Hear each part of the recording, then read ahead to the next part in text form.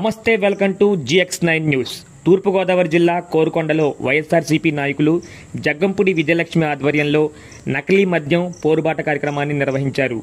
జగ్గంపూడి విజయలక్ష్మి మరియు వైఎస్ఆర్సీపీ నాయకులు మాట్లాడుతూ నకిలీ మద్యం ప్రజలు తాగడం వల్ల ముప్పుకు గురై అనేక చోట్ల ప్రాణాలు పోతున్నాయని, నారావారి మందు మాకొద్దంటూ నిరసన నినాదాలు చేశారు. ఇటువంటి నకిలీ మద్యాన్ని వెంటనే అరికట్టాలని భారీ ర్యాలీగా కోరుకొండ ఎక్సైజ్ ఆఫీసులో అధికారులకు వినతి పత్రాన్ని అందజేశారు.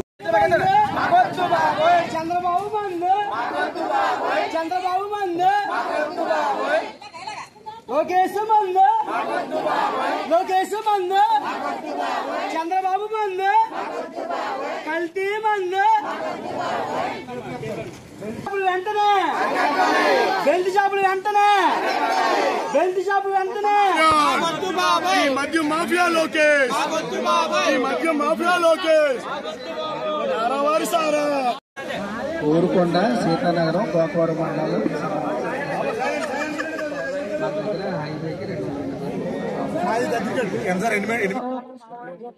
ఏమీ జరగట్లేదు. ఎక్సైజ్ డిపార్ట్మెంట్ ఈ రాష్ట్రంలో మరీ ఈ ప్రభుత్వానికి తొత్తుగా వ్యవహరిస్తుంది అనేటటువంటి వాస్తవమైనటువంటి విషయం.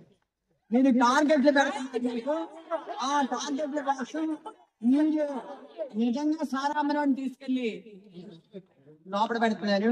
కల్తీ మధ్య అమ్మేవండి రోడ్ల మీద దర్జాగా తిరుగుతున్నారు. ఆ సూటు బూటు వేసుకుని సఫారీ సూట్లు వేసుకుని తిరుగుతున్నారు.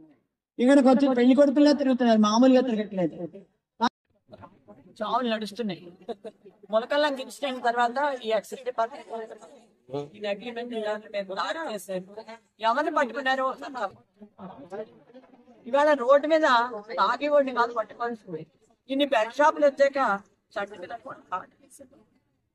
మీరు అదే ఆలోచించకుండా మీ డబ్బులు పెంచుకోవడానికో లేకపోతే మీ నాయకుడిని కార్యక్రమాన్ని పెంచుకోవడానికో ఈ సారా పెంచుకుంటున్నారు. నకిలీ మద్యం గురించి నోరెత్తి మాట్లాడితే సోషల్ మీడియా వాళ్ళు ఇబ్బంది పెడుతున్నారు. అందుచేత ఇవాళ ఖచ్చితంగా అందరం నినదించాలి అనేటటువంటి ఉద్దేశంతో ఇవాళ బయటకు ఇది అంతం కాదు, ఆరంభం. ఖచ్చితంగా ప్రతి గ్రామంలో ఉంటే సమావేశం మహిళా రచ్చబండలు నిర్వహిస్తాం. ఖచ్చితంగా ప్రజల్లో చైతన్యం తీసుకొస్తానని ఇంకా ఆలోచించి బయటికి రావడానికి భయపడి ఖచ్చితంగా వాళ్ళు కూడా తీసుకున్నారు.